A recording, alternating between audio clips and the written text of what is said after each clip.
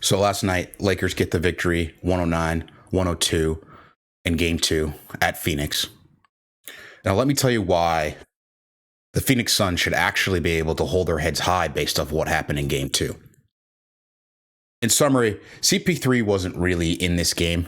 He only played like 20 minutes. It didn't look like he could still dribble or do much with that right hand. Some highlights of the game were AD had 34 points on 21 free throw attempts. Drummond actually showed why the Lakers picked him up. He was great on defense. He's moving his feet. He was a force inside. You saw a couple of jump hooks. You saw a couple of baskets he scored against Ayton. He was all over the boards. They had to put 3-4 guys to try to box this guy out. And that's really all Drummond has to do. He needs to be that energy guy. Now, they're still going to attack him on defense, on the pick and roll, on the drag screens. But he moved his feet very well. And he was able to, force the Suns to expend energy on them, which is great for LeBron and AD and Schroeder. Schroeder was awesome in this game. He had 24 points. He was living in the paint all game long. I mean, how many times did you see him blow by to get to a layup? Like, just so easily. And where was the weak side rotations? Nobody was home. So Schroeder was excellent. He stepped up his game. We got to see Marc Gasol in this game, which is very surprising. Marc Gasol, okay, why would they put in Marc Gasol? He spaces the floor because he can shoot a little bit, and he's one of the best passers on the team. So his ability and his playoff experience to find open guys, run the offense. Now, he was actually a -4 in this game, so I'm not sure exactly how much that really helped. But you saw him hit a couple of threes. Played his role well. They attacked him on defense, which was expected. He's kind of slow-footed nowadays, and he's not really going to run at the rim. But, he's a veteran. He's a playoff veteran, and he got good minutes out of Gasol. Booker on the Suns side, 31 points, 17 for 17 from the free throw line. That was excellent. Booker was giving it to him all night. A little bit different than game one, where, he was hitting more shots. This time he was getting to the free throw line a lot more. Even Cameron Payne off the bench chipped in with 19 points.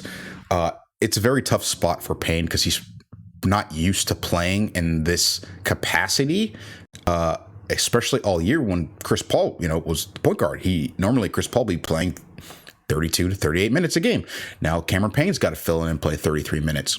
And you know what? He doesn't look scared out there. Do you feel like Payne is scared out there? There's a couple times where he'd come down the court, he would attack Gasol, he'd attack Drummond to get layups. You saw him pull up from three with confidence. Now, he didn't shoot it great, but I feel like he didn't look like he was scared out there. So that's a good sign for the Suns. Ayton, again, 22 and 10, second double-double. Great way to start off your first two playoff games. 2 double-doubles. He is reminding us again why he was the number one pick, okay? This guy can play. Like, straight up, this guy can play. We kind of forgot about him for a while because he's in Phoenix, right? Not really a national stage, right? Same thing with Booker even. We just don't cover them that much because we just don't get to see them play on the national stage. But here we go. Ayton's looking great. Okay, why should the Suns hold their head after losing home court? Okay, normally in the playoffs, the road team in the first 2 games is just trying to get the split, right? Because now you flip the home court advantage, which home court is huge in the NBA playoffs, especially in a series of this magnitude where you got 2 really evenly matched teams, or like even-ish matched teams, where splitting the home court could just be, or having the home court, I should say, could be all the advantage. That's all the little edge that you need. It's a game of inches in the playoffs. A couple plays here or there really determines a playoff game.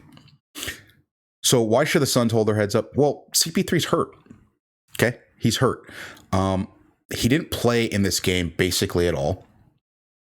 Okay, he couldn't dribble. He couldn't defend really. He couldn't get around those screens. He was favoring that shoulder, even with that tape that they put on him. Crowder was one of 6 from 3. In the first 2 games, he's 1 of 13 from 3. 1 of 13, just awful shooting. And he, I believe, had the most 3-point makes for this team all year. Booker and Ayton, again, are not afraid. On the Lakers side, AD had 34, LeBron 23, Drummond 15, Schroeder had 24. And guess what? 3 minutes left, I think it was. It was only a 1-point game. 1-point game, even though the Lakers, quote unquote, big four came to play and they were right there. Now, the Lakers didn't get anything from their bench. Kuzma, KCP, Caruso, they didn't get anything from them. But their big four played very well, very efficient. And the Suns, with only a 1-point game with no Chris Paul playing. Okay. If they can just get 80 to 90% of Chris Paul, they probably would have won game 2 also. He only played 23 minutes, right? Normally he's probably going to, in a playoff game, he's probably going to play 36 minutes.